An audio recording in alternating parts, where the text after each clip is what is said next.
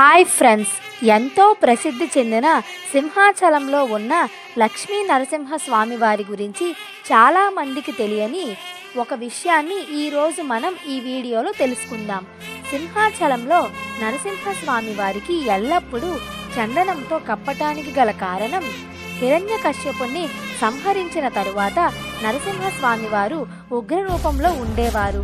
ప్రహ్లాదుని కోరిక మేరకు ఆయన శాంతించి సింహగిరిపై వెలిశారు. ఆయన యొక్క ఉగ్రతను తగ్గించడానికి దేవేంద్రుడు, దేవతలు స్వామివారికి గంధంతో కప్పారని నమ్ముతారు.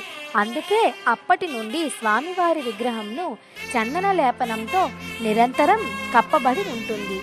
ఏడాదిలో కేవలం ఒక్క వైశాఖ శుద్ధ తదియ అంటే అక్షయ తృతీయ నాడు మాత్రమే ఈ చందనాన్ని తొలగించి స్వామివారి నిజరూప దర్శనాన్ని భక్తులకు కల్పిస్తారు. ఈ రోజునే చందనోత్సవం అని పిలుస్తారు.